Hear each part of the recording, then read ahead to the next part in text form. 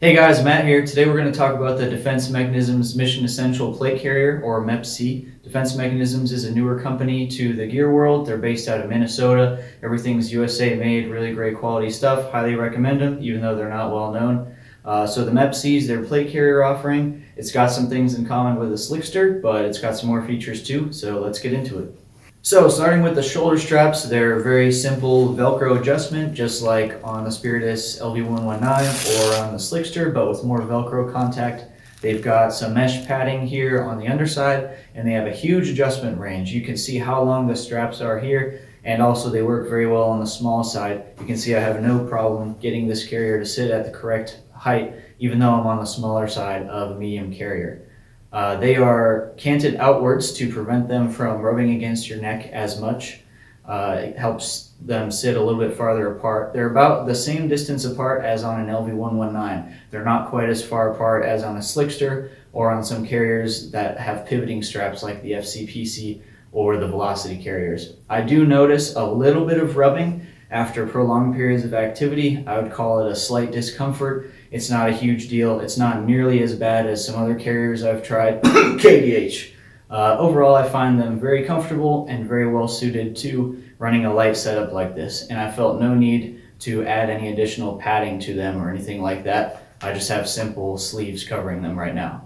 Moving down to the front of the plate bag, we've got a very small zippered admin pouch on the top here. I like that it's a zipper. This is a great spot to put small flat items. You could put ear pro, maybe a small multi-tool, or a Right in the Rain notebook or a passport, both just barely fit in. If you need to carry more than that, you're going to have to attach another pouch on top of it, which luckily there's both MOLLE and Velcro right here to allow you to do that. There's also webbing loops running down the front here to allow for use of G-hook or swift clip placards. And no matter which mounting system you choose, you're always going to have one or two loops left over to allow for attaching of a speaker mic or a push-to-talk, or to run some one wrap or zip ties through to allow for cable management. It should be noted there are no dedicated cable management loops on this carrier, none on the top, none on the sides here. So if you've got a lot of wires you need to route, that could present you with some issues, especially if you're a true motivator running 2 radios. This is probably not the plate carrier for you, but if you're just running Taliban comms, it works just fine. On the back of the plate bag, up against your body, there is some thin mesh padding for breathability. It's not super thick, but I do find it comfortable and it does the job. Moving to the inside of the plate bag, we've got some good and some bad here. So the good is this retaining strap, which helps keep your plates all the way at the top of the plate bag, even if you're running small plates in a medium carrier, or if your plate has some kind of weird cut to it, it's always going to be sitting nice and high where it should be. And it's also redundant to help retain the plate and make sure it doesn't fall out. Where we run into some issues is with plate fitment. So plates are tight in every carrier, but it can be a little excessive in the MEPC. Every medium plate I've put into this medium carrier, I've been able to get all of them in with a considerable amount of work for some of them, but this bottom flap never seems to want to close all the way. There's always a little bit of exposed Velcro there. It's not a retention issue. There's still plenty of Velcro contact and the strap on the inside, so the plate's not going to go anywhere, but you do have an exposed strip of hook Velcro there. As long as you're wearing a shirt under the carrier, I never noticed it irritating me, but that's something to keep in your thoughts if that's going to bother you to have that exposed Velcro. Also, if you like to run backers or you need to run soft armor behind your plates, you're going to potentially run into some issues there as well. If you're running medium plates in a medium carrier, you're not going to be able to get backers or soft armor in unless your plates are super thin, like 1/2 inch or less. If you're running small plates in a medium carrier, you would be able to get backers or soft armor behind it in that case. But those are just some things to keep in mind. I wish they made the plate bags just a little bit bigger or had some stretch material incorporated somewhere, or at the very least made the flap longer at the bottom to alleviate those issues. Moving to the rear plate bag, up at the top here we have a drag handle. This is pretty pointless in my opinion. Anytime I've had to drag somebody, I never end up using this handle. It puts you in a super awkward position. I always end up just grabbing the shoulder strap or grabbing under their arms. So this handle is kind of unnecessary in my opinion, but some people like it. It doesn't get in the way or anything, so it's fine. Below that, we have a nice big Velcro area to attach any patches, name tapes, Unity Spark, whatever you need. Under that, we have this single row of MOLLE here. There's not a whole lot you can attach to this. You can slip a chem light through it if you're doing a night shoot or something, but you are pretty limited in what you can attach to the back of the MEPC. Defense Mechanisms has said they're going to come out with a full MOLLE back panel in the future, but it's unknown when. It could be a while. Not really a huge issue. In my opinion, back panels are kind of overrated. They're really only useful if you're in a team environment. You can always just wear a backpack so you have access to your stuff without taking your plate carrier off. Below that, you'll see the cummerbund is completely enclosed by this flap here. I really like that. Keeps the cummerbund extra secure and protected, prevents any snag hazards from happening. Also, when you open up the flap, you'll see there's Velcro on both sides in here. That helps keep the cummerbund extra secure. I've never had any issue with a Velcro cummerbund, even with just Velcro on one side, but having it on both sides makes it even more secure, gives you more peace of mind, and there's no downside to it. In addition, having the Velcro on both sides lets you, say you have a cummerbund that's not necessarily the right size, maybe it's too small, but you need to make it work. Having the Velcro on both sides lets you do that because it allows you to have less Velcro contact with the cummerbund in the rear, but it'll still be secure because it's getting sandwiched between two layers of Velcro. In addition to that, this channel where the cummerbund attaches is nice and wide. It's about 6 inches.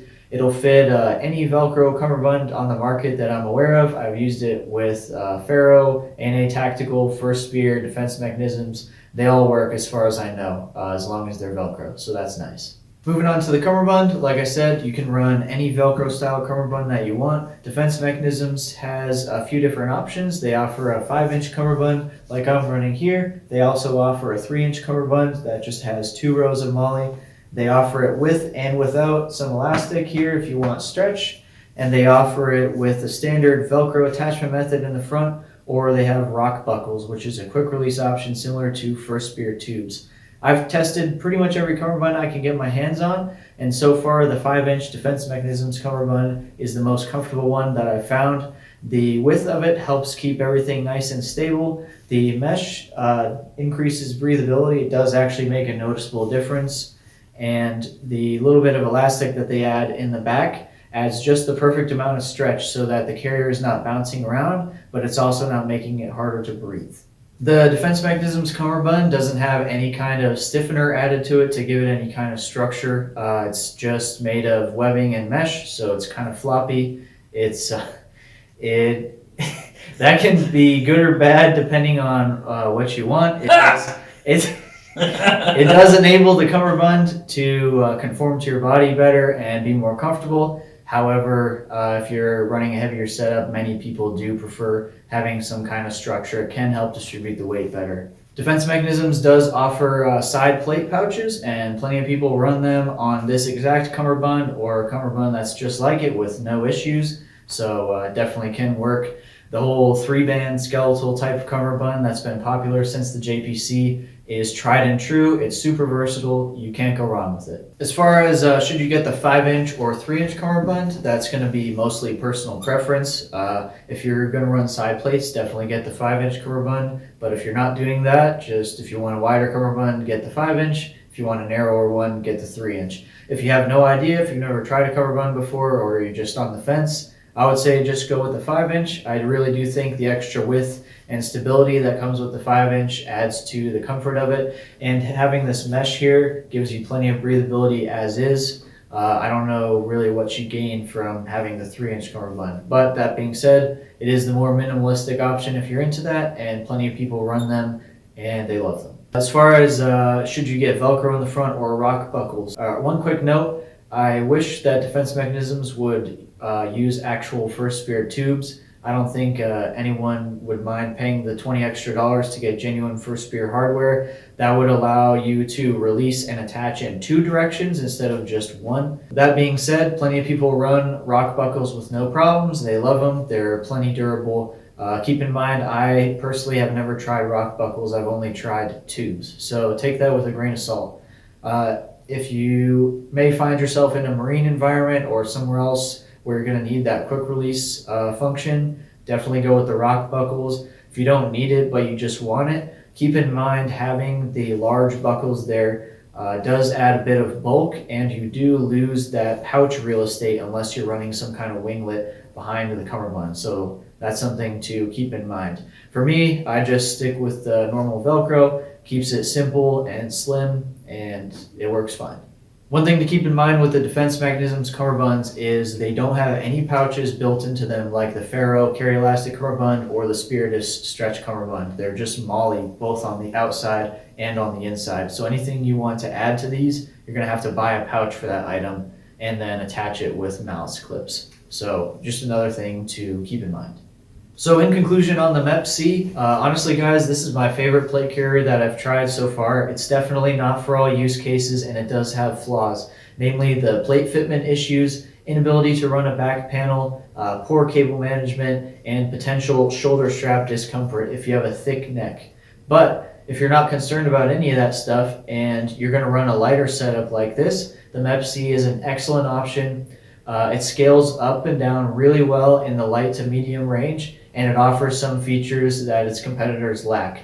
Also, if you need to run small plates in a medium carrier, the MEPC does that better than any that I've tried due to the retention strap on the inside. So definitely go check out Defense Mechanisms. They're making great stuff even though they're not well known. It's quality USA made gear at a decent price.